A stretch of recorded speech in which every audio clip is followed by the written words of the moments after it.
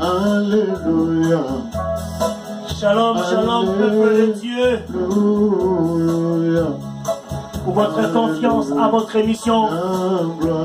Temps de la restauration, temps de la restauration.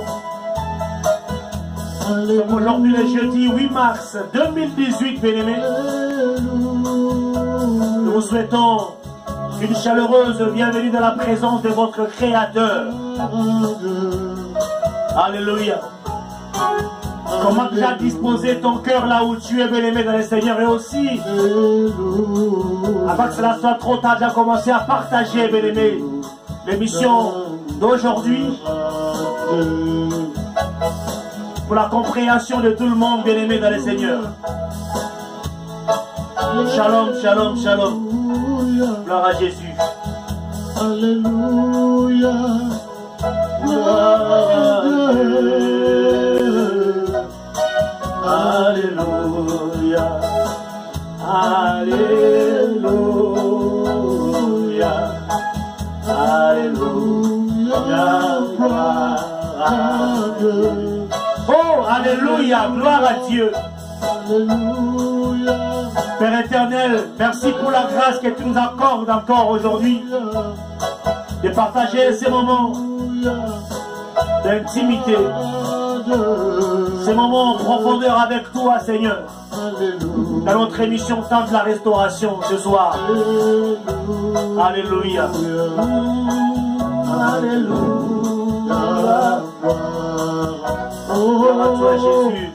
Alléluia. Alléluia. Tu peux déjà partager ton émission, bien-aimé dans le Seigneur, là où tu es. Voilà que nous sommes en train de préparer notre cœur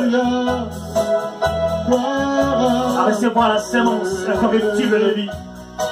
Alléluia. Jésus. Alléluia.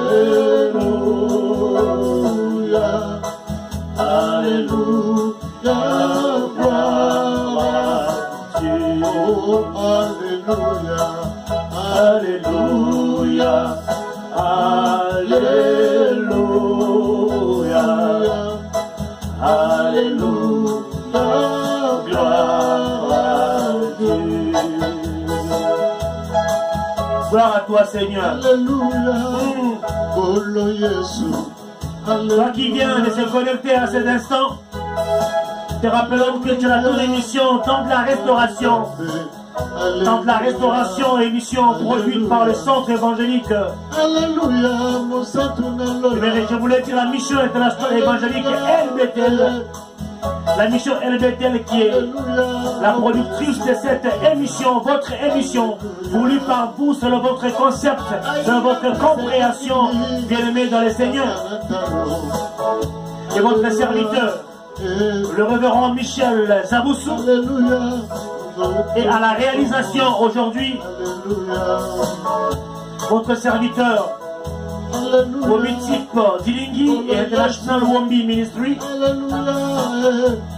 À la technique, nous avons la mission évangélique LBTL, notre bien-aimé serviteur de Dieu, aussi Papi. Invitez déjà autour de vous, bien-aimé. Gloire au Seigneur. Alléluia. Alléluia. Gloire à toi, Jésus. Alléluia. Alléluia. Alléluia. Gloire à toi, Jésus. Alléluia. Alléluia. Gloire à toi, Jésus. Alléluia. Shalom, shalom, peuple de Dieu. Alléluia. Gloire à toi, Jésus. Gloire à toi, Jésus. Alléluia. Gloire à toi, Jésus. Shalom, peuple de Dieu, encore une fois. Bonjour pour ceux qui suivent l'émission pendant la journée, et bonsoir et bonne nuit. Parce que je sais que du côté de Singapour, on est presque tombé de la journée. Pour ceux qui nous suivent en ces moments, pendant les jours, du côté des continents, du vieux continent américain. En tout cas, bonjour à vous, shalom. Shalom, peuple de Dieu, à travers l'Europe, à travers l'Asie et toute l'Afrique, bien-aimée dans le Seigneur, en France métropolitaine, où est produit cette émission En tout cas, merci. Soyez à l'aise dans votre émission d'aujourd'hui. Temps de la restauration avec votre serviteur, le révérend Michel Zavoussou. En tout cas, on est habitué à l'appeler Bishop Michel. Appelez-lui comme vous voulez, papa, votre frère. Mais ce qui est important aujourd'hui, c'est, bien-aimé dans le Seigneur, la sémence que l'Éternel a ramenée en vous et qui veut le poser sur votre vie. Encore une fois, shalom, shalom, révérend. Shalom, homme de Dieu. Et merci encore à Dieu pour cette opportunité. Et merci à vous d'être toujours là pour assurer la grande part de ce qu'il faut pour cette émission. Nous apprécions, nous personnellement, ainsi que toute l'église de la mission LBT, l'effort, le sacrifice et surtout tous vos apports personnels et aussi de l'ensemble du centre évangélique du Grand Roi Immortel, de ce que vous faites pour que cette émission ait lieu et que le peuple de Dieu à travers le monde soit béni. Et nous saluons le peuple de Dieu, comme vous l'avez déjà dit, à travers l'univers entier. Alléluia. En tout cas, ça c'est les salutations de l'homme de Dieu, qui nous permettent effectivement de pouvoir rentrer dans notre émission. Temps de la restauration, depuis la semaine dernière. L'homme de Dieu vous l'a si bien dit, il a commencé à nous parler sur un terme, porter sa croix. J'espère que nous allons continuer effectivement sur le point où nous sommes arrêtés la semaine dernière. Oui, effectivement, c'est le sujet que nous avons commencé à débattre avec le peuple de Dieu depuis le jeudi de la semaine passée. Nous étions en train de parler de porter sa croix, ce qui n'est pas un proverbe que nous avons énoncé, mais qui est une parole de notre Seigneur. Alléluia. Et c'est repris dans l'évangile de Luc, chapitre 9, verset 23. Ceux qui étaient avec nous, ils se souviennent de ce passage qui dit si quelqu'un veut être mon disciple, Alléluia, il renonce à lui-même, qu'il se charge chaque jour de sa croix, et qu'il me suive. Vous vous souviendrez, cher ami, homme de Dieu, qu'il y a 3 semaines passées, nous avions parlé de comment est-ce que nous pouvons renoncer à nous-mêmes. Mais toujours dans les mêmes versets, il y a la suite qui dit il faut que nous nous chargions de notre croix et de suivre le Seigneur. Alléluia. Nous pouvons compléter ce passage avec la phrase de Luc, chapitre 14, verset 27. Cette parole qui dit « Et quiconque ne porte pas sa croix et ne me suit ne peut être mon disciple. » Il y a vraiment une corrélation de cause à effet. On veut être disciple du Seigneur, on veut suivre le Seigneur, il faut commencer par porter sa croix. Alléluia. Et nous avons essayé d'expliquer cette croix, et nous allons continuer à le faire aujourd'hui. C'est en réalité, pour résumer cette croix, c'est en réalité toute la vie chrétienne. C'est cela la croix du chrétien. Alléluia. Et au-delà, c'est ce que nous sommes appelés à assumer au quotidien dans notre vie chrétienne. C'est ce que nous sommes appelés à supporter et à endurer dans notre pèlerinage chrétien. Les épreuves que le Seigneur nous impose, c'est aussi l'exercice du ministère. C'est en même temps une ressemblance au Seigneur. Il a porté sa croix, nous devons aussi chacun porter sa croix. Donc on peut expliquer cette expression de porter sa croix de diverses manières, mais la compréhension simple, c'est tout simplement de dire c'est notre vie chrétienne. Avec ses hauts, avec ses bas, avec ses aléas, avec ses contraintes, c'est ce qu'il faut faire. Se charger de sa croix et de suivre le Seigneur. Bien-aimés dans le Seigneur, donc cette croix-là, c'est notre vie chrétienne.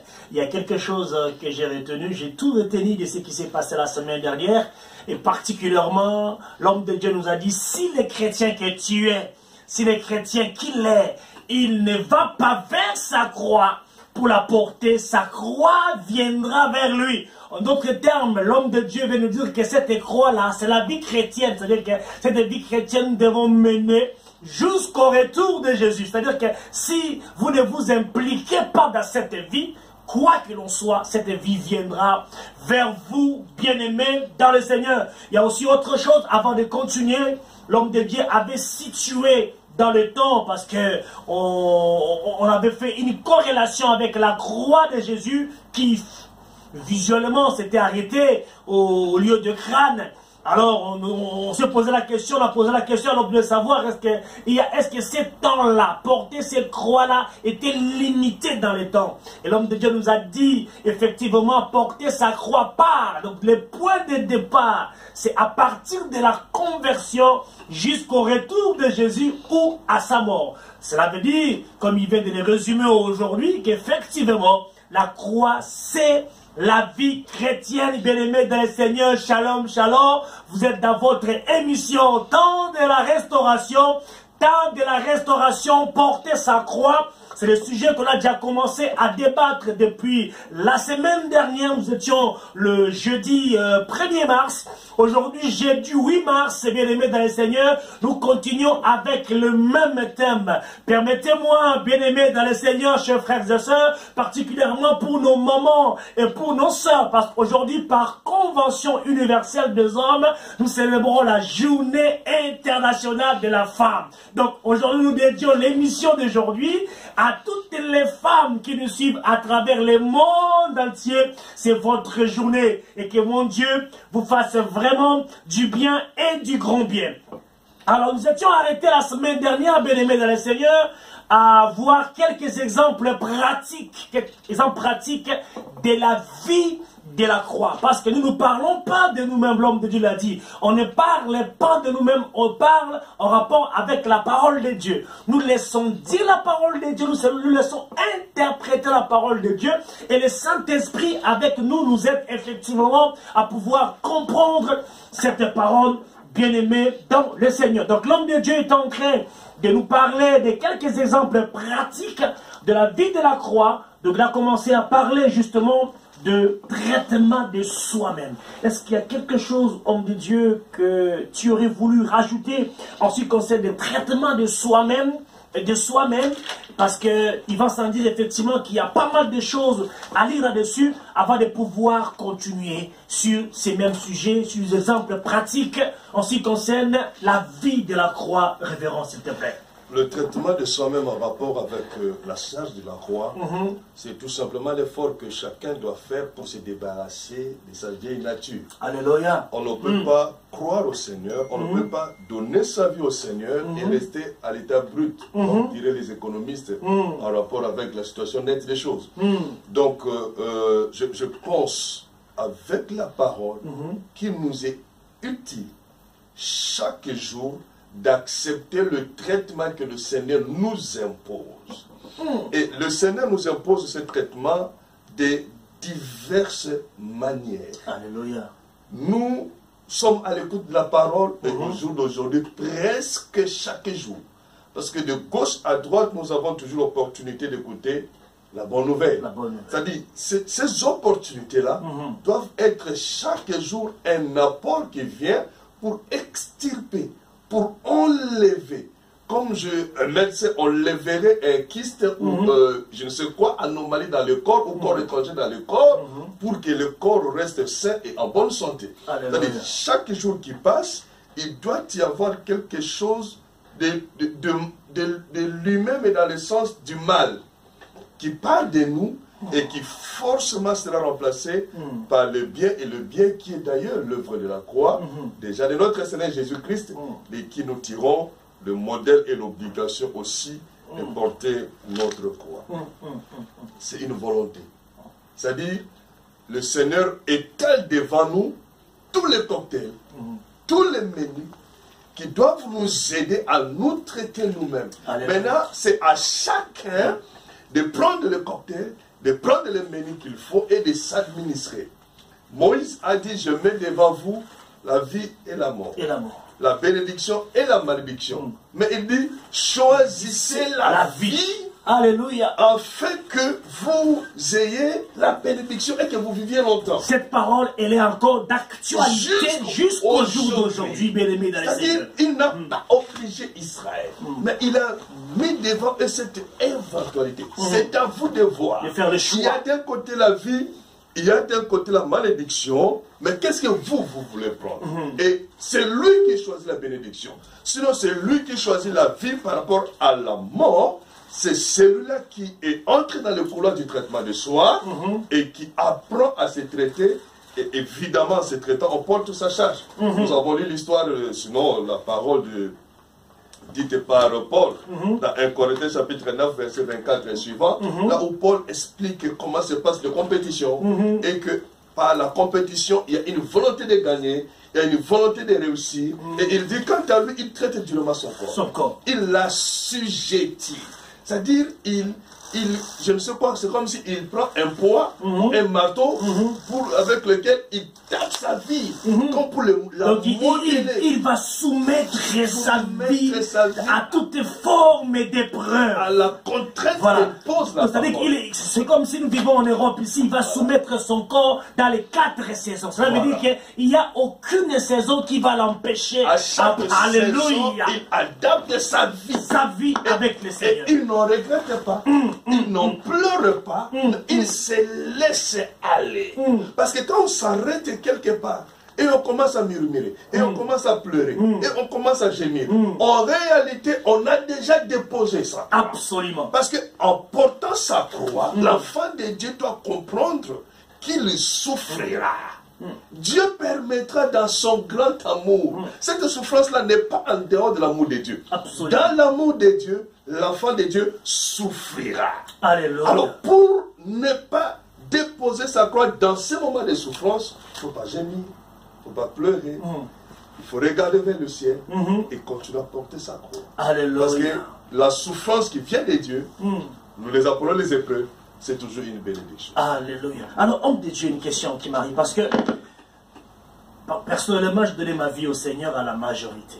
Donc, lorsque j'atteins l'âge de 18 ans, c'était très compliqué. Parce qu'on était encore sous la responsabilité des parents qui supportaient tout, absolument tout, les études et tout. Lorsque nous sommes donnés au Seigneur, c'est vrai, c'était difficile. Des confessions catholiques, les parents ont vécu ça comme étant une vraie trahison. Et mes frères et sœurs, s'ils peuvent suivre cette vidéo, ils ne peuvent pas me contredire. On a subi absolument comment dirais-je, des persécutions impossibles qu'on ne pouvait pas. À un moment donné, on était poussé à désobéir aux parents. Pourquoi? Parce qu'on dit qu'il faut d'abord honorer Dieu, respecter Dieu et les parents après. Et je vous assure, je vous fais grâce de tous les détails. Est-ce qu'il y a-t-il un rapport? Parce que tu as dit que la croix, c'est toute notre vie. Alors, pour les jeunes qui reçoivent Jésus, quel est le comportement qu'ils peuvent afficher par rapport à leurs parents, eu égard à leur nouvelle vie? Merci, mon frère. Vous ouvrez là une brèche très importante. Très importante pour les chrétiens que nous sommes. Et très importante pour l'Église de Jésus. Les parents ne sont pas des dieux. D'accord? N'empêche que Dieu, dans sa souveraineté, et Dieu, dans son amour, leur a donné une certaine position par rapport aux enfants. Hier, nous étions seulement des enfants par rapport à nos parents. Tout à fait. Aujourd'hui, nous sommes devenus non seulement des enfants par rapport à nos parents, mais aussi des parents des enfants. Par rapport à nos enfants. Mais parlons de ces rapports que vous avez énoncés de parents ou des enfants vis-à-vis des parents. La Bible dit dans Deutéronome chapitre 5, verset 16, honore ton père et ta mère, comme l'Éternel ton Dieu te l'a ordonné. Afin de vivre longtemps et d'être heureux dans le pays que l'Éternel ton Dieu te donne. Ah, là, je réalise là, c'est presque l'unique commandement qui est attaché à la bénédiction. À la bénédiction. C'est-à-dire là, c'est clair. Vous voulez être béni, vous devez avoir un certain regard selon Dieu par rapport à ses parents. À ses propres parents. j'aimerais prendre l'exemple, votre exemple à vous, des persécutions, des situations que vous avez vécues à votre conversion.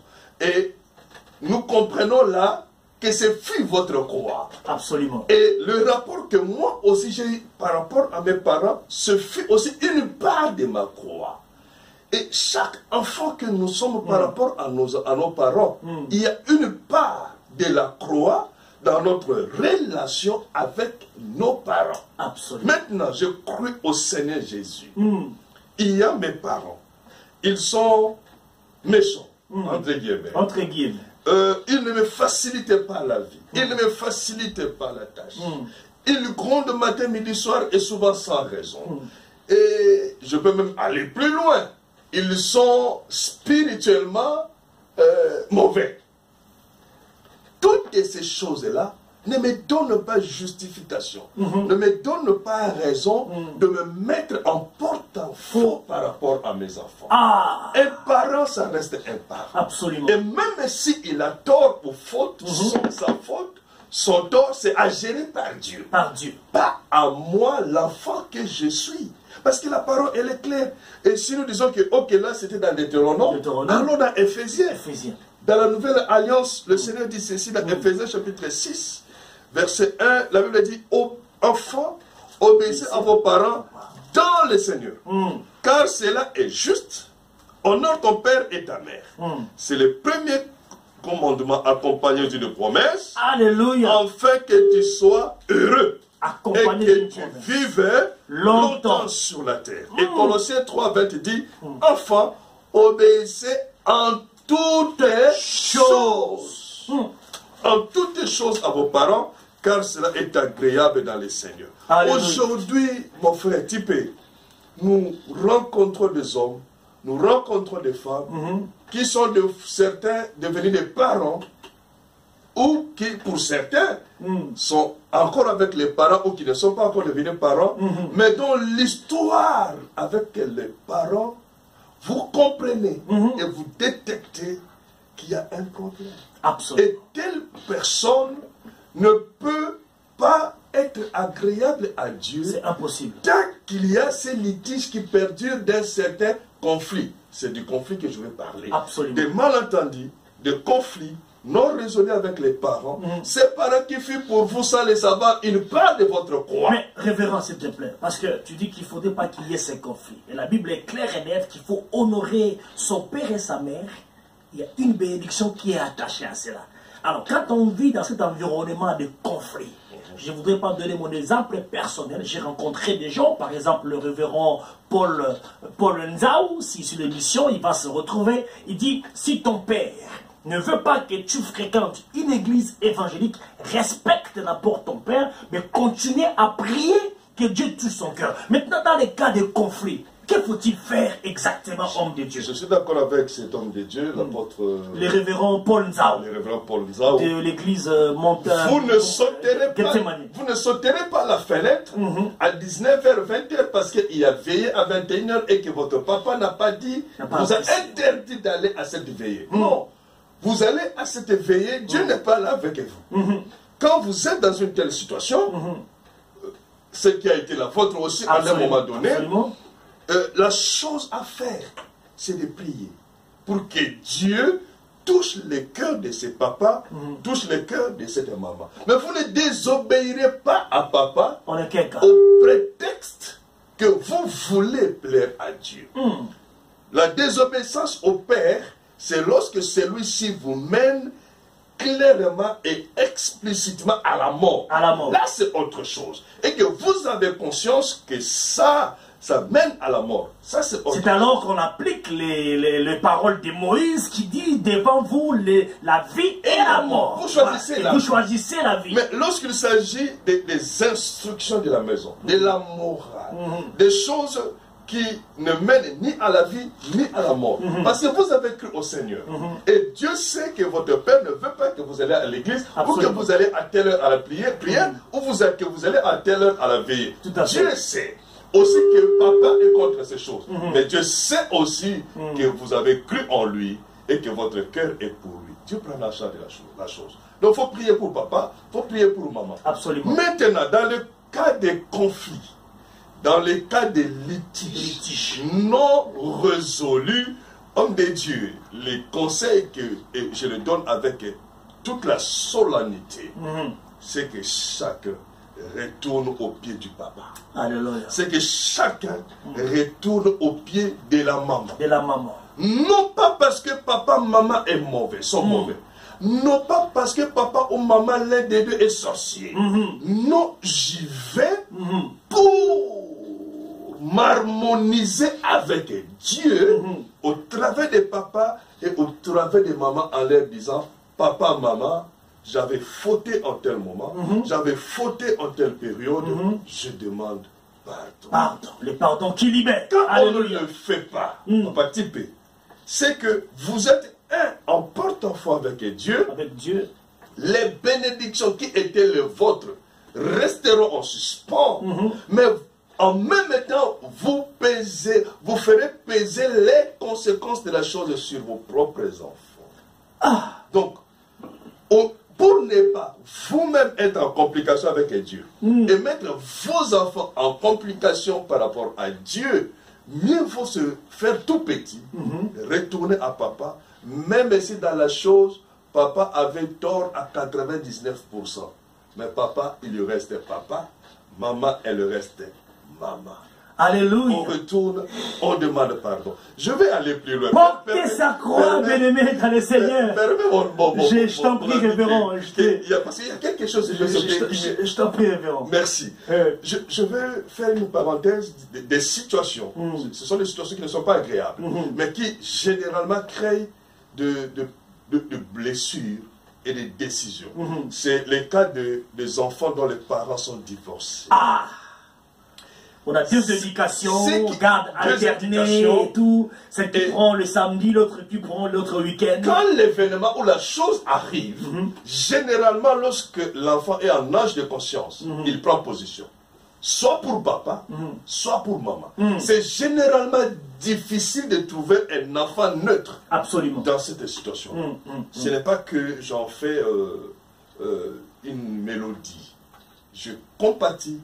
Je comprends leur peine, mais même dans cette situation-là, Dieu attend voir comment l'enfant va réagir. Parce que le problème de papa et de maman ne concerne pas l'enfant. Absolument. Et même si l'enfant, on paye d'une manière ou d'une autre les conséquences, à l'école, au travail, dans sa vie de chaque jour, dans sa construction à lui, mais cela ne lui donne pas raison de prendre position, soit par rapport à la maman, soit par rapport à la papa, et de se dire, à partir d'aujourd'hui, je sors papa de ma vie, ou je sors maman de ma vie, moi je vais continuer avec tel autre parent, c'est lui qui est bien, c'est lui qui a raison, l'autre là est mauvais, parce qu'il a fait souffrir l'autre. Ce n'est pas notre travail à nous les enfants. Alléluia. Donc même dans cette configuration, l'enfant doit retourner au pied de papa, retourner au pied de maman, dire pardon.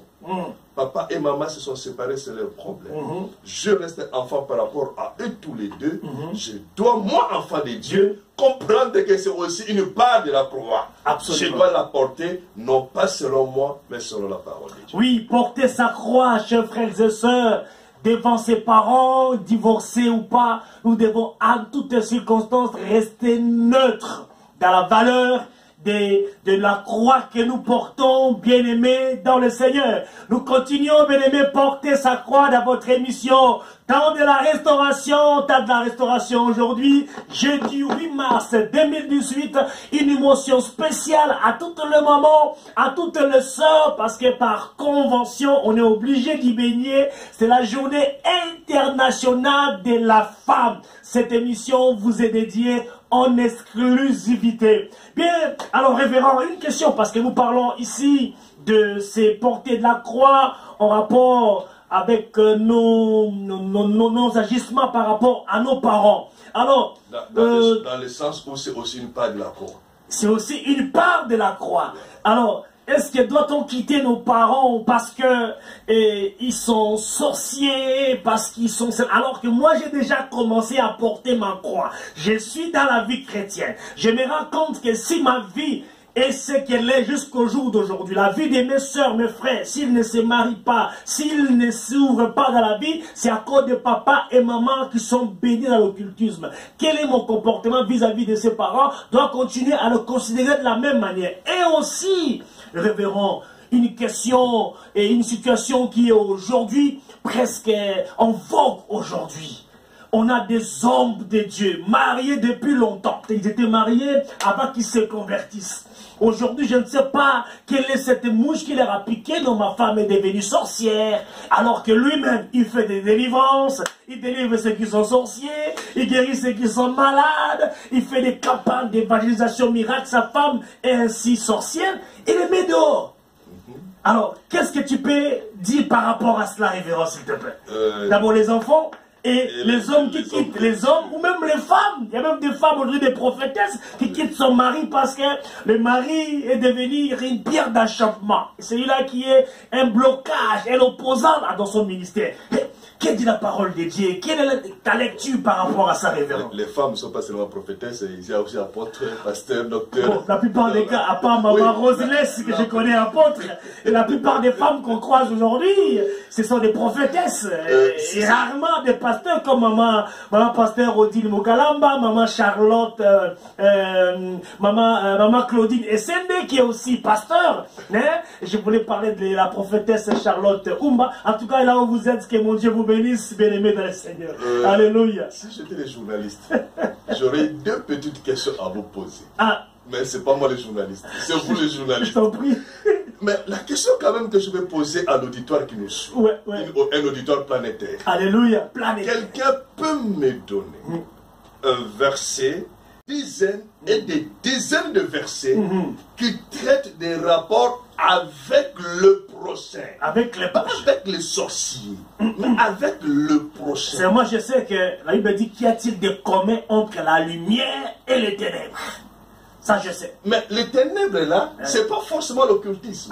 Les ténèbres là, c'est tout simplement, d'abord le premier étage, c'est celui qui ne connaît pas le Seigneur. Qui ne connaît pas le Seigneur. ténèbres. Dans les ténèbres. Occultiste ou pas, il est dans le ténèbres. C'est pourquoi le Seigneur dit, ne vous mettez pas sur le même jour.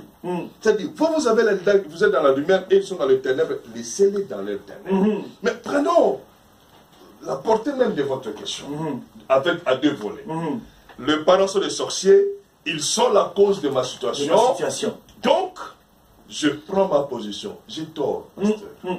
J'ai tort. J'ai tort pourquoi? J'ai tort parce que un sorcier, moi, converti, avec ma croix, dès l'instant où je ne rentre pas vers eux, conformément à la parole, je commence à agir comme eux. Donc là, il n'y a plus de différence. Pas de différence. Il n'y a plus de différence. Certes, ce sont des sorciers. Certes, ils sont la cause de mon célibat, de mes maladies, des difficultés de mes enfants, du manque de paix dans mon mariage et toutes ces choses. Mais du moment où je me suis converti, ma croix m'oblige à faire les choses telles que Dieu les veut. Donc les choses anciennes sont passées, toutes choses sont devenues nouvelles. Homme de Dieu. Alléluia. Le Seigneur Jésus dit ceci. Aimez vos ennemis, priez pour ceux qui vous maltraitent. Ok, les parents s'étaient fait tes ennemis, depuis ta naissance. Au jour d'aujourd'hui, vous vous êtes convertis, vous avez rencontré cette parole qui dit aimez vos ennemis et priez pour ceux qui vous maltraitent. Ils vous ont maltraité spirituellement et ça s'est vu physiquement. Au jour d'aujourd'hui, vos parents rentrent dans la catégorie de cette parole. Alléluia. Vous devez les aimer et vous devez prier pour eux. Puisque ce sont vos parents, vous devez retourner à leur vie. Dieu ne fonctionne qu'avec ses principes. J'ai vu des chrétiens qui ne parlent plus à leurs parents au motif que parents, papa, maman, l'un des deux ou l'un est sorcier ou les deux. Jusqu'au jour d'aujourd'hui. Jusqu'au jour d'aujourd'hui. Peut-être tu es là, tu es en train de le suivre, tu ne parles pas à ton parent, à tes parents bien-aimés dans le Seigneur. Dieu, des serviteurs de Dieu qui ont mis depuis des années leurs parents en quarantaine. Alléluia. Au motif que papa, maman sont des sorciers. Alléluia. La Bible dit celui qui ne prend pas soin des siens, en particulier de ceux de sa famille, est pire qu'un infidèle. Et d'abord, il a renié la foi. Il a renié la foi. Et il est pire qu'un infidèle. Mais c'est avec l'onction, avec l'intégrité, je ne reconsidère pas mon point de vue, mon opinion sur mes parents, toutes ces choses-là sont zéro. Absolument. Parce que Dieu dit, je suis pire qu'un infidèle en ayant d'abord renié la foi. Alléluia. Donc, que ce soit moi, pasteur, que ce soit membre dans l'église, nous devons comprendre que nous devons avoir des relations correctes, pures avec nos parents. Bien-aimé, Quel que soit ce qu'ils Alléluia. sont, sorciers ou pas, méchants ou pas, de toutes les façons, hommes de Dieu, nous tous, à son temps, nous avions donné des noms à nos parents. Absolument. Il y avait des shérifs, il y avait des Django, il y avait des vieux Koi, il y avait des lions. Ceux qui étaient gentils, vieux Massia. Voilà. Chacun avait un nom qu'il appelait, des noms qu'ils appelaient parce que par rapport au tempérament, c'était souvent les papas. Absolument. Au tempérament des papas. Donc, tout le monde a vécu d'une manière ou d'une autre des choses qu'ils auraient voulu vivre autrement, qui l'ont peut-être affecté. Cela ne doit pas continuer à être ainsi lorsqu'on croit au Seigneur. Si on ne s'est pas converti, ces choses ne vous concernent pas. Parce que vous avez le même joug qu'eux. Vous êtes du ténèbre. Mais si vous vous êtes converti, non, vous n'avez plus à vous comporter comme si vous pouvez prétendre continuer et Dieu comprendre que non, parce que vous avez beaucoup souffert, donc Dieu vous comprend, non. Et je vais dans la situation des partenaires sorciers. Et je reviens à la question que j'aurais aimé vous poser, vous journalistes, mais que je ne peux pas, mais je pose à notre auditoire. Donnez-moi un verset qui donne mandat, souvent à l'homme, de dire, quand tu pars, parce que tu es sorcier, parce que tu es sorcier. Si ce verset-là existe, gloire à Dieu, qu'on nous le donne, et puis ça nous aidera à aider. Mais ce qui est curieux et révérend, c'est même pasteur qui va renvoyer sa femme. Il procède à des délivrances. Matin, midi, soir. Comment ne peut-il pas alors délivrer sa propre femme? Délivrance de tel papa dans l'occultisme. Délivrance de tel enfant dans l'occultisme, dans la sorcellerie. La sorcellerie. Bien aimé. Et il a les noms de toutes les sorcelleries, inconscientes et conscientes. Il a les noms de tous les démons. Vous savez, permet que je rentre dans un chapitre sur le mariage, si vous le permettez. Je t'en prie. Ce que nous ne savons pas, c'est que le mariage, c'est une cour. Et je peux vous assurer que dans le processus, dans le pèlerinage chrétien, le mariage à lui seul peut prendre 70% de la croix. Nous y reviendrons, bien-aimés, dans une émission exclusivement réservée à ça, dans les cas spécifiques de mariage. C'est une promesse que nous faisons avec la permission de l'homme. En nous mariant, nous devons savoir que nous sommes en train de prendre une autre grande part de notre croix en charge. Le Seigneur n'interdit pas le mariage. D'ailleurs, il encourage le mariage. Le mariage, c'est lui qui a dit, il n'est pas bon que l'homme soit seul. Mais il revient dire que celui qui se marie, sache qu'il aura des tribulations. Absolument. C'est-à-dire, Dieu veut le mariage, Dieu encourage le mariage, mais il prévient. Si l'homme veut se marier, qu'il se marie, il ne pêche pas. Il ne pêche pas. Si la Vierge veut se marier, qu'elle se marie, elle ne pêche pas. Mais que l'un ou l'autre sache qu'il y aura des tribulations. Si je me suis marié à une sorcière, c'est que quelque part je n'ai payé que la conséquence d'une imprudence. Absolument. L'imprudence, c'est quoi? C'est de ne pas avoir eu à solliciter la pensée de Dieu par rapport à ça. Par rapport à cette soeur. Alors, au lieu de condamner Dieu, et au lieu de condamner la soeur, je dois plutôt faire le travail de rechercher la faveur de Dieu sur cette femme-là, qui est aussi, parce que je ne sais pas si... Femme ou même homme. Je ne sais pas si quelqu'un a la liste des gens qui vont aller au ciel. Mais jusqu'à preuve de contraire, le ciel n'est pas encore fermé pour cette femme-là ou pour cet homme-là. Donc ce n'est pas à nous de faire les clés comme pour dire je vais avec celui-ci parce que celui-ci ira au ciel. Je ne vais pas avec celui-là parce que celui-là n'ira pas au ciel. Non, d'ailleurs le Seigneur Jésus ne l'a pas fait. Lui qui savait qui ira ou qui n'ira pas. Mais il ne l'a pas fait. Donc, ce n'est pas à nous de faire les trucs. Vous avez une femme, vous avez un homme, sorcière ou sorcier, portez votre croix. Portez votre croix en recherchant la solution auprès de Dieu. C'est que moi je sais du mariage. C'est ce que Dieu dit. Marie, aimez vos femmes. Pas aimer vos femmes chrétiennes. Pas aimer vos femmes croyantes. Pas aimer vos femmes soumises. Pas aimer vos femmes belles. Aimez vos femmes. Un point. Mais si la femme n'est pas soumise, révérend, est-ce qu'on doit continuer à porter sa croix, même une femme qui n'est pas soumise? Ouvrez-moi le verset au milieu, s'il vous plaît. Éphésiens chapitre 5, verset 25. On va y aller progressivement et on répondra à votre question. Alléluia. Éphésiens chapitre 5, verset 25. Éphésiens chapitre 5, l'épître de Paul aux Éphésiens chapitre 5, verset 25. La Bible dit que mais que chacun aime sa femme comme Christ a aimé l'Église. Merci. Merci. Comme Christ a aimé l'Église, que chacun aime ainsi sa femme. Je vais maintenant poser cette question à l'auditoire planétaire que nous avons. Alléluia. Quelqu'un peut me dire que lui, dans tout ce qu'il fait, il donne le repos à 100% au Seigneur Jésus. Parce que le Seigneur nous a aimés. Il nous a épousés et il nous a aimés tels que nous sommes. Exactement. Là, c'est pour répondre à la question que vous avez posée. Mais si la femme n'est pas soumise, maintenant la question est celle-là. Comme Christ a aimé l'Église, Marie aimait vos femmes. Quelqu'un peut-il prétendre dire que lui, dans tout ce qu'il fait sur terre, il donne du repos au Seigneur.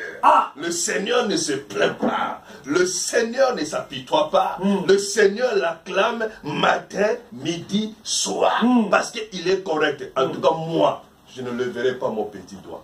Pourquoi?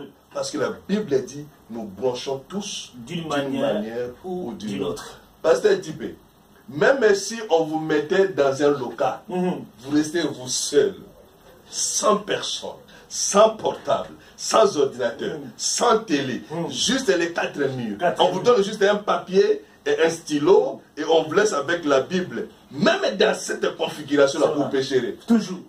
Donc on ne peut pas dire que nous sommes si corrects avec le Seigneur Jésus, notre époux, que lui, il trouve forcément du repos.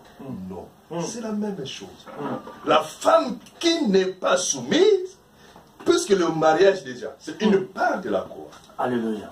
Ce manque de soumission-là devient aussi une part de la croix, que moi qui suis enfant de Dieu, serviteur de Dieu, servante de Dieu, je dois m'en occuper dans la parole Alléluia. Et dans la prière. Alléluia. Mais dire que, parce que il est sorcier, il ou elle se méconduit, et je prends ma position, non, le Seigneur ne nous donne pas ce mandat-là. Il y a une façon que le Seigneur a permis que deux personnes qui ne sont pas dans la même configuration de la lumière peuvent se séparer. C'est lorsque l'un des deux n'est pas croyant et qu'il consent à partir.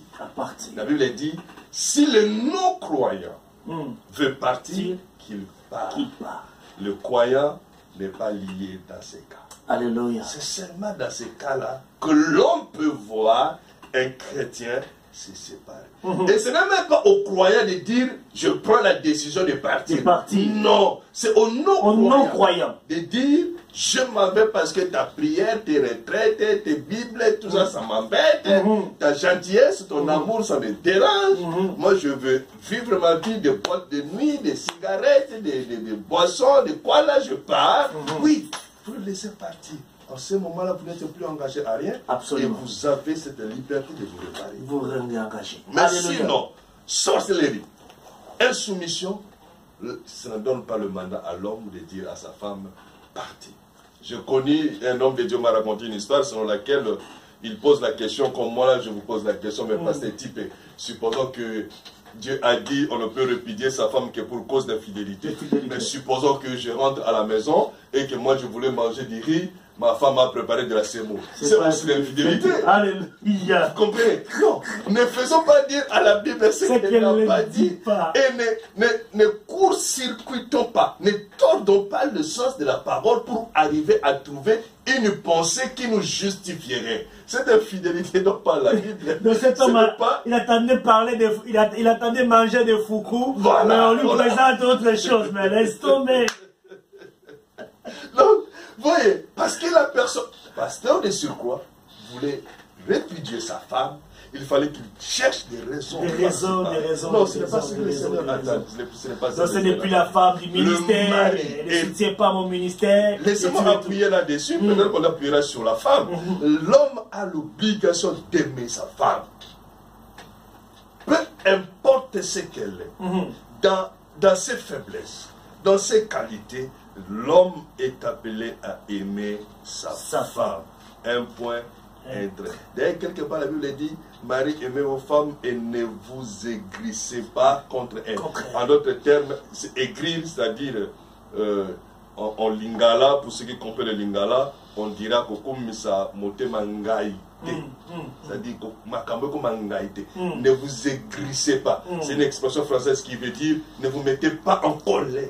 Donc, imaginez, ne vous mettez pas, ne perturbez pas votre relation, ne perturbez pas votre harmonie. Alléluia. Aimez vos femmes et je pense la pensée de Dieu, soyez avec cette femme-là. Et c'est ce que nous devons faire. Et vous savez, homme de Dieu, si tous les hommes que nous sommes, nous apprenions à aimer nos femmes pour ceux qui sont mariés, de la façon dont le Seigneur veut, beaucoup de choses se seraient résolues d'elles-mêmes dans le mariage et beaucoup de choses dans l'humanité que Dieu a créée se seraient résolues d'elles-mêmes. Je ne vais même pas parler de la soumission de la femme d'abord. Vraiment. Je vais parler de l'amour que l'homme doit donner à sa femme.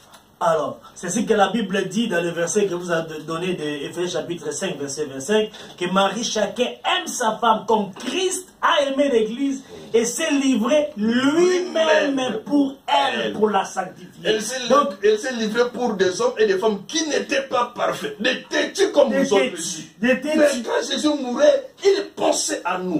Dans nos mots, dans nos fautes, dans nos torts, dans nos faiblesses, dans nos lacunes. Absolument. Mais en se disant, mais c'est Michel-là, il ne comprend pas que je meurs pour lui. Absolument. Mais c'est Michel têtu dans ce qu'il faisait, mais le Seigneur continuait dans son chemin pour aller mourir. Pour aller préparer vraiment l'assainissement pour nous. Nous pouvons prendre pour nous le modèle du Seigneur. Continuez quand même le verset. Pour dire encore. Jusqu'au verset 28. Afin de la sanctifier en la purifiant et en la lavant par l'eau de la parole, pour faire paraître devant lui cette église glorieuse, sans tache ni ride, ni rien de semblable, mais sainte et irréprochable. C'est ainsi que les maris, c'est ainsi que les maris doivent aimer sa femme comme son propre corps. Voilà. Car celui qui aime sa femme s'aime lui-même. Donc, c'est formidable. Homme de Dieu, je peux dire par là, parce que par la compréhension de la parole de Dieu ici, que la soumission de la femme, quand on porte réellement sa croix, et que comment dirais-je, on réalise ainsi sa responsabilité, c'est-à-dire qu'on endosse sa responsabilité de mari. Donc la soumission de la femme vis-à-vis de son mari, vis-à-vis de soi, est la conséquence de l'amour qu'on donne à sa femme.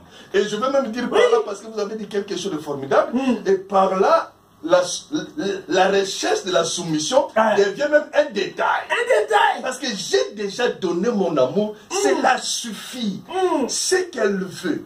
Dans les combats où elle veut faire les choses, ce n'est plus mon problème. Et l'amour que je lui ai donné supportera, tolérera, étendra toujours la main pour la prendre et avancer ensemble. Et je peux vous assurer, pasteur Tipé, quand on donne l'amour à sa femme, la soumission devient automatique. Pourquoi? Parce que la femme se sent illuminée comme par une lumière éclatante. La femme se voit dans sa vraie position. Et vous n'aurez pas à lui dire, elle vous donnera la soumission dont vous avez besoin. Et même si elle les donne en tâtonnant, mais vous comprenez qu'elle fait un effort. et vous l'aiderez dans cet effort-là.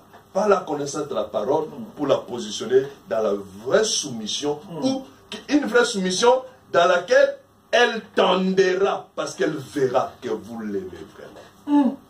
La femme, j'ai toujours dit, la femme n'est pas un être compliqué. Mais c'est nous qui voyons la femme. C'est l'homme qui voit la femme comme une créature compliquée. Mais en réalité, la femme, ce n'est pas une créature compliquée. La femme a juste besoin d'une et une chose, l'amour. Et dans l'amour, c'est décline l'affection, la tendresse. Voyez-vous, d'une manière générale, donner à une femme, je vais parler de la femme africaine, parce que si c'était en Europe, j'aurais dit donner... C'est votre journée aujourd'hui, du 8 mars. Voilà. Et pendant que je dis ces choses, je pense à une merveilleuse dame, à ma petite soeur, ma maman, Laure Kawombi Dilingi, que Dieu vous bénisse là où vous êtes. Beaucoup d'amour pour vous, maman. Maintenant, à une européenne, j'aurais dit un bouquet de fleurs. Mais parlons de l'africaine. L'africaine donnait à l'africaine un tissu, un bout de tissu, même des déas. Donnez à l'africaine, si vous avez le moyen, un petit bijou. Donnez à l'africaine même un drap que vous aurez trouvé, vous aurez acheté, vendu sur la route et que vous aurez ramené. Cela lui aurait suffi. Cela lui suffira. Lui suffira pour la journée, lui suffira pour la nuit, lui suffira pour la semaine, lui suffira pour l'année, pour le mois. Pendant que toi, homme, tu attends qu'on t'achète une voiture, qu'on t'achète une maison, que tu aies promotion au travail, lui se contentera des petits super chinois ou wax que vous lui aurez offert. D'un bouquet de fleurs. D'un bouquet de fleurs. C'est-à-dire que la femme n'est pas si compliquée que nous le croyons. La femme a juste besoin de cet amour. Cela suffit pour elle. Bien-aimés dans le Seigneur, vous rappelons, nous sommes dans le temps de la restauration, votre émission Porter sa croix. Là, nous sommes vraiment dans des cas pratiques, bien-aimés dans le Seigneur, en ce qui concerne notre sujet du jour. Et mes révérends, j'avais aussi une question. Que Dieu nous aide si on a un bride de solutions à donner au peuple de Dieu qui se trouve dans la même situation aujourd'hui. Ce sont des cas qui peuvent aussi se présenter pour des hommes et aussi pour des femmes. Il y a des hommes ou des femmes qui vivent, des couples aujourd'hui qui vivent unis ensemble, légalement mariés, quoi. Mariés, comme nous connaissons coutumièrement, civilement, et sur le plan de l'église et tout. Mais l'enfant que porte, parce que vous dites que porter sa croix, c'est toute une vie. Nous sommes des chrétiens, nous venons à l'église, nous prions. Mais la seule personne qui connaît les cœurs de l'homme, c'est Dieu. Mais l'enfant que porte ma femme ne sont pas mes enfants, moi. Alors comment dois-je continuer à se comporter vis-à-vis de ma femme? Dois-je continuer à porter ma croix, à la considérer comme ma femme? Parce que nous sommes dans une même maison. Est-ce que dois-je faire ce qu'on appelle la séparation des corps? Et même aussi des hommes mariés qui vont aller faire des enfants à l'extérieur. 3, 4, 5 enfants à l'extérieur. Mais quelle est la réaction que doit avoir la femme? Doit continuer à porter la croix, à pouvoir continuer à porter à cœur cet homme-là qui lui ramène des enfants à l'extérieur. Ça peut être des femmes aussi qui ne conçoivent pas, qui n'ont pas d'enfants, des couples qui n'ont pas d'enfants à l'intérieur de leur maison, ou aussi qui ont des enfants, mais les maris qui sont des véritables donjouans. Mais quel comportement doivent avoir ces gens par rapport au sujet que nous sommes en train de voir aujourd'hui? Doit-on pouvoir engager le divorce pour ça? Ou doit-on continuer à porter sa croix? Pour cela, révérend, s'il te plaît. Dans le cas de la femme, malheureusement, je vais en frustrer beaucoup. Je suis désolé. C'est le journée de la femme aujourd'hui. Elles auront besoin d'avoir des fleurs et des roses aujourd'hui. Nous restons vraiment dans la sincérité de la parole. Dans le cas de la femme, elle est dans l'obligation de porter sa croix. Elle ne dira pas, je n'en peux plus, je n'en veux plus, tu abuses, je prends mes enfants, je m'en vais. Ou je te laisse tes enfants, moi je pars reprendre ma vie, ma vie ailleurs. La femme ne dira pas ça pour la bonne et simple raison que la Bible ne lui donne pas ces mandats-là. Si le mari est païen, elle devra attendre que ce païen-là consente des parties. Décide de partir. Ne c'est pas à elle de prendre la responsabilité en première de partir. Et quand nous rentrons dans Matthieu, le Seigneur dit, nous donne la parole selon laquelle la seule opportunité pour laquelle un homme peut répudier sa femme, c'est en cas de flagrance d'adultère. C'est-à-dire les délits d'adultère est non seulement consommé, mais constaté. Pas de suspicion. Constaté en flagrant délit d'adultère. Maintenant, qu'est-ce que l'homme doit faire? La Bible dit, nous comprenons avec la parole que si le mari veut pardonner l'infidélité de sa femme, il a la liberté de le faire. pardonner. En ce moment-là, s'il pardonne, il doit restaurer l'amour vers cette femme-là, restaurer l'amour vers leurs enfants à aider, mais aussi restaurer l'amour vers les enfants issus de cette infidélité. Parce que là, elle accepte cette croix-là telle qu'elle. Elle n'a pas de choix. Et de ne pas à chaque fois rappeler les souvenirs. Non. Je peux même vous donner, homme de Dieu, un verset dans Proverbe qui dit, celui qui rappelle les souvenirs divise. Vous comprenez? Dieu ne veut même pas que de temps en temps, comme nous disons, je dis seulement pour dire, je rappelle seulement pour... Non. La Bible dit, c'est lui qui rappelle les souvenirs, les mauvais souvenirs, divise les amis. Dieu n'aime pas qu'on rappelle ces choses. Donc, vous acceptez de porter votre croix, allez-y avec. Mais si vous dites, ok, il y a un problème d'adultère, il y a un problème d'infidélité, j'arrête ici, vous ne péchez pas. Mais,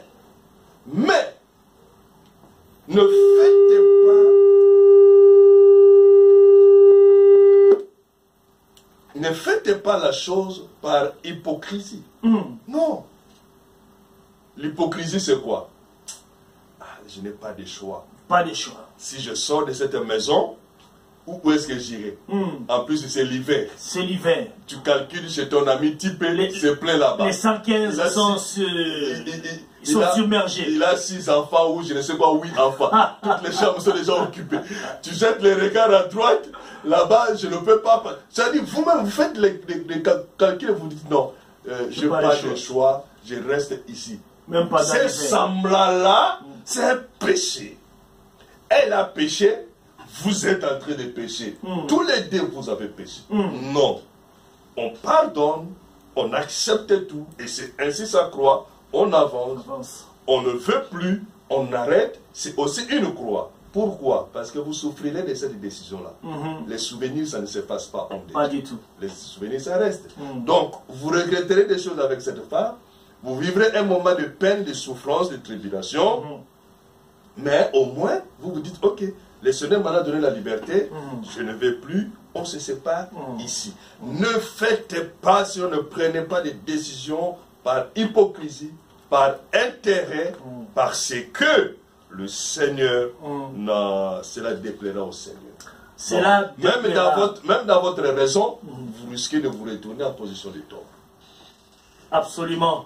Bien-aimés dans le Seigneur, peuple de Dieu, nous sommes tous dans votre émission.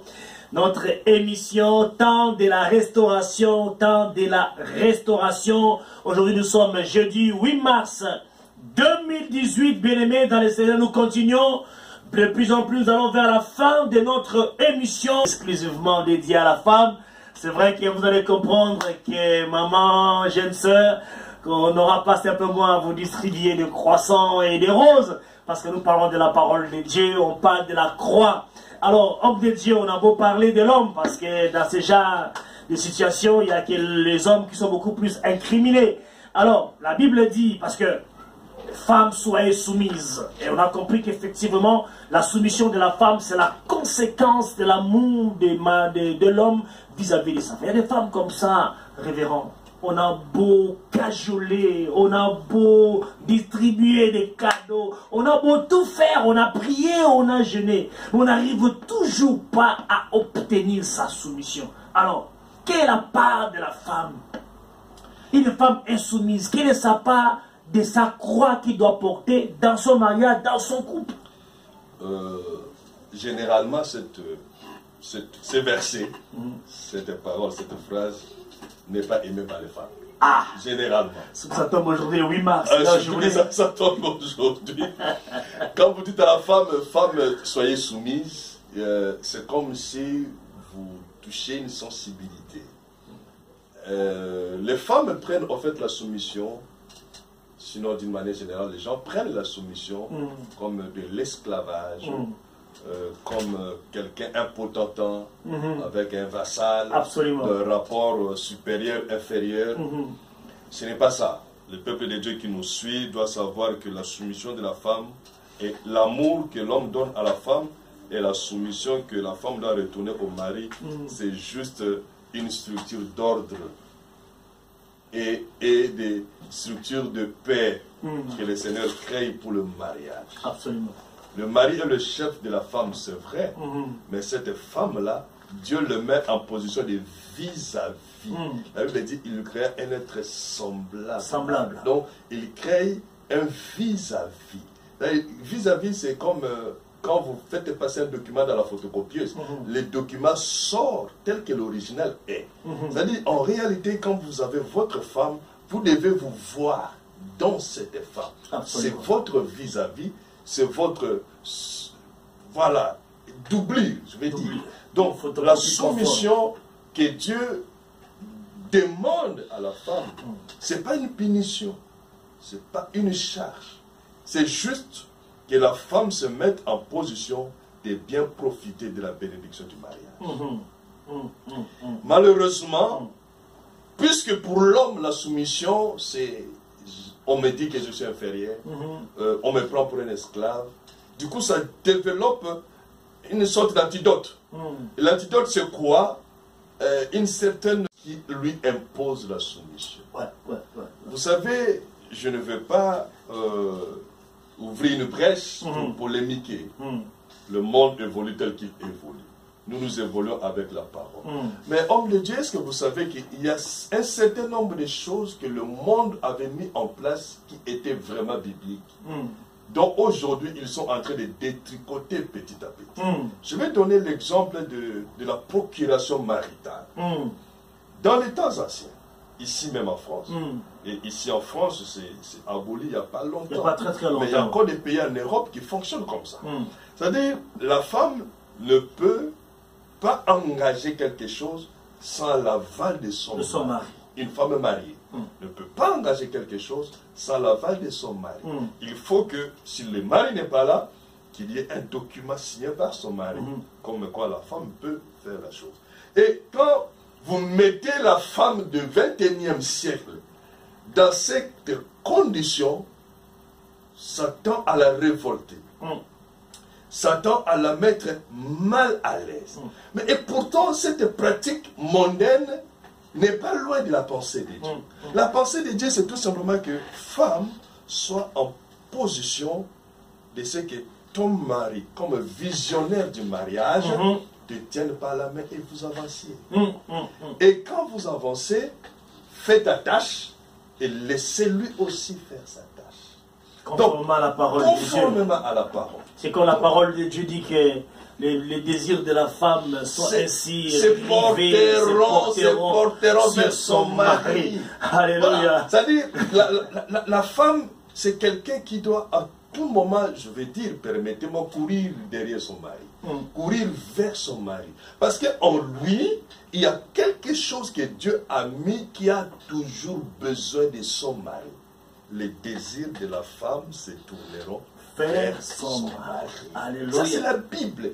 Et ce n'est pas que la Bible l'a dit et que la chose n'est pas ainsi. Non. Dans la femme, il y a effectivement ce besoin-là d'aller vers l'homme. Mais le concept de l'émancipation de la femme a fait que la femme se voit égale à l'homme. Et dans le mariage, la femme se dit, si je montre trop ses besoins, si je porte mes désirs vers lui, si je lui montre que je dépends de lui, il va prendre des galons, il va croire que je ne vaux rien, il va faire ceci, et finalement, chacun prend des décisions, non pas en rapport avec la parole, mais en rapport avec l'émancipation de la femme. Et homme de Dieu, ça n'aura comme... l'égalité entre hommes et la femme. Ça, c'est anti-biblique. Je ne veux même pas te parler de ces choses-là. Ce n'est pas biblique, homme de Dieu, mon frère. Ce n'est pas biblique. La parité et tout. Ça n'aura que comme conséquence de créer des frustrations dans le mariage. Voyez-vous, les Européens dont nous parlons, ils sont intégrés, ils sont émancipés, ils sont civilisés. Si jusqu'aujourd'hui, dans le monde occidental, on continue encore à lutter pour l'égalité de l'homme et de la femme, allez-y comprendre que c'est une chose qu'on n'arrivera jamais à voir. On n'aboutira jamais. Jamais. La chose n'a pas commencé aujourd'hui. Cette lutte-là n'a pas commencé aujourd'hui. Et de toutes les façons, puisqu'il y a lutte, c'est qu'il y a quelque chose d'anormal qui s'est passé quelque part. Absolument. Sinon, on n'aurait pas lutté. Mais si on lutte, c'est qu'on veut briser un ordre établi. L'ordre établi par Dieu, ce n'est pas l'égalité homme-femme. L'ordre établi par Dieu, ce n'est pas l'émancipation de la femme. L'ordre établi par Dieu, c'est l'amour de l'homme pour sa femme et la soumission de la femme vers son mari. Vis-à-vis de son mari. Wow. Quand on commence à réclamer l'égalité, on sort de la pensée de Dieu. Donc, la soumission, la femme doit aimer la soumission. La femme doit vouloir être soumise. D'ailleurs, la Bible dit, femmes, soyez soumises à vos maris comme au Seigneur. C'est-à-dire la façon dont nous, Église, nous sommes soumises au Seigneur. La femme doit être soumise à l'homme de cette façon. C'est-à-dire la soumission de la femme à son mari la rend agréable à Dieu. Alléluia. Donc la soumission de la femme à son mari, donc la rend agréable à son mari. Bien-aimé, c'était votre émission. Nous y sommes temps de la restauration, porter sa croix. En tout cas, notre émission, l'édition d'aujourd'hui, en tout cas, tire à sa fin, Je pense que vous auriez voulu, et même moi aussi, j'aurais bien voulu prendre un peu de temps pour exploiter d'autres caractéristiques, d'autres exemples, rapport avec les enfants aussi. On peut aussi avoir les rapports entre maître et serviteur. On les voit beaucoup dans les églises, père spirituel, machin. Quelle est l'attitude qu'on peut avoir? C'est vrai que vraiment, on n'a pas du temps, mais ce ferait que, bien aimé dans le Seigneur, que je puisse donner les dernières paroles à l'homme de Dieu, par la grâce de Dieu. Et je vais profiter pour bénir toutes les mamans du centre évangélique Grand Roi Immortel et votre jour évangélique international LBT. C'est votre jour aujourd'hui. Vous savez que nous vous aimons beaucoup. Et on n'oublie pas aussi l'église La Foi Audacieuse Internationale à Rotterdam, l'église sœur, avec qui nous partageons la même vision. Pasteur José, Maman Alpha. Vous êtes nombreux, toutes les servantes de Dieu. Passons à Maman Lorca encore. Alléluia. Une femme exceptionnelle. Absolument. Que Dieu vous bénisse abondamment. Ce que vous faites de bien, continuez à le faire. Maman Sandra, Maseki, vous tous, efforçant d'abandonner ce qui est mal, parce que nous avons de grandes espérances ensemble. Alléluia. Sur terre et aussi là-haut dans le ciel. Mais bien évidemment, nous pensons à tous les frères et à toute personne qui d'une manière ou d'une autre nous aide un certain apport dans l'œuvre que nous sommes en train de faire, qu'ils reçoivent de là où ils sont toutes nos bénédictions et toutes nos faveurs. Et un petit coucou à la sœur Joyce Samba Maseki. Beaucoup de bisous, que Dieu la bénisse. En tout cas, merci, bien-aimés dans le Seigneur. Si vous avez aimé votre émission, n'hésitez surtout pas à la partager. Nous vous donnons rendez-vous le jeudi prochain, 15 mars. Nous serons là ensemble. Nous vous annoncerons à 21 h pour proposer un autre numéro de votre émission Temps de la restauration, Temps de la restauration. Que mon Dieu vous bénisse. Encore une fois, shalom, shalom. Et que la paix de Dieu soit dans vos maisons. Et à toutes nos mamans, en tout cas, chaleureuse journée de la femme, partout où vous êtes, où vous vous retrouvez en ces moments. C'est dans le nom de Jésus que nous vous quittons dans cette atmosphère d'adoration. Et nous vous souhaitons, en tout cas, de passer une agréable soirée et une journée dans la présence de votre Dieu.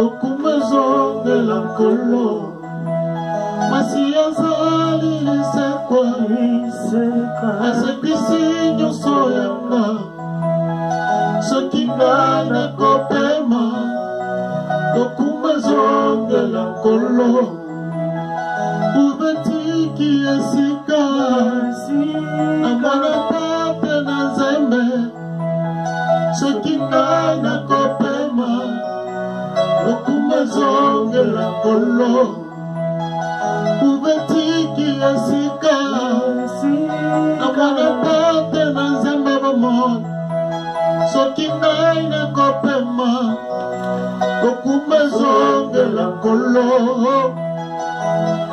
Yahweh